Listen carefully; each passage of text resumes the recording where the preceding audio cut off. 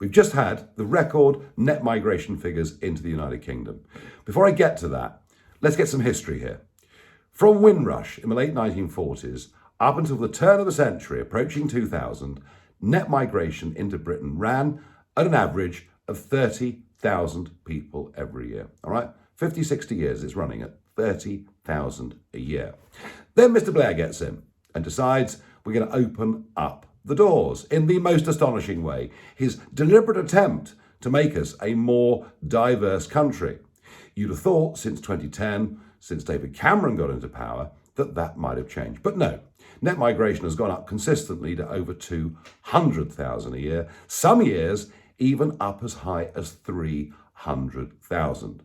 Since David Cameron became Prime Minister as a Conservative, the British population has risen by 4 million people.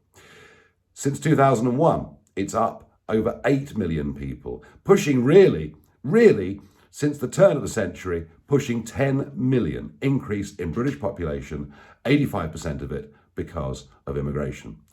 But all through the last 12 years of Tory rule, at manifesto after manifesto, they promised us they would cut net migration to tens of thousands a year. Remember, they said it over and over and over, again and again and again. And then, with Brexit, they were going to take back control.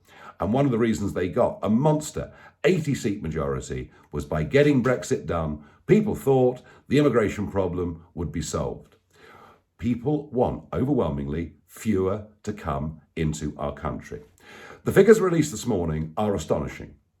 They show in the year up to June, net migration is estimated to be, wait for it, over 500,000 people, almost double the previous record that's ever been set in this country's history. Now, they'll say a lot of them that have come are refugees, but just think about the numbers. Oh, and by the way, I nearly forgot. That doesn't include those that came across the English Channel by boat, so you can lob on about another 35,000 for that. Oh, and by the way, it's quiet in the Channel at the moment because it's windy, but there are thousands in camps in Dunkirk waiting to come. If we get good weather, it'll be 50,000 that have crossed the Channel this year alone.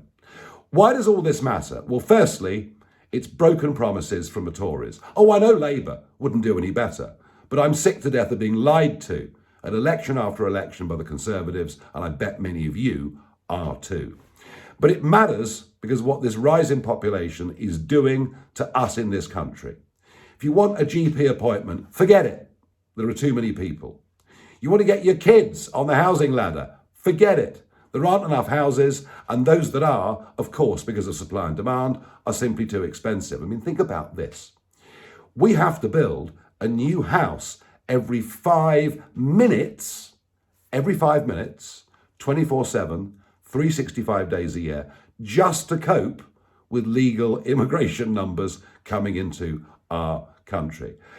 Oh, have you tried traveling on a Friday? Have you tried driving around the country on a Friday? It took me 7.5 hours the other day to go from Kent to Preston. You can't move on the roads. Many of our motorways are now being turned into dangerous, death trap, so-called smart motorways with cameras everywhere. And if you break down, well, you may well die.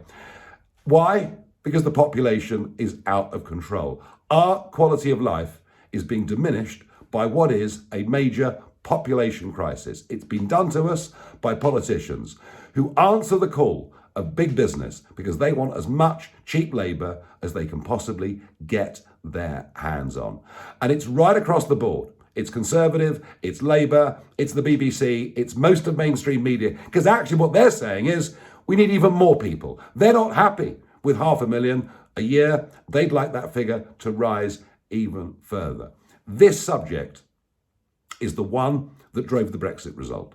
This subject, I think, is the biggest disconnect between Westminster and the rest of the country. And at some point, we're going to have our say on this. It is unacceptable. Our communities are being changed in parts of Britain beyond recognition, and the quality of life for everybody is being diminished, just so that a few big businesses can get some more cheap labour. It is becoming a disaster.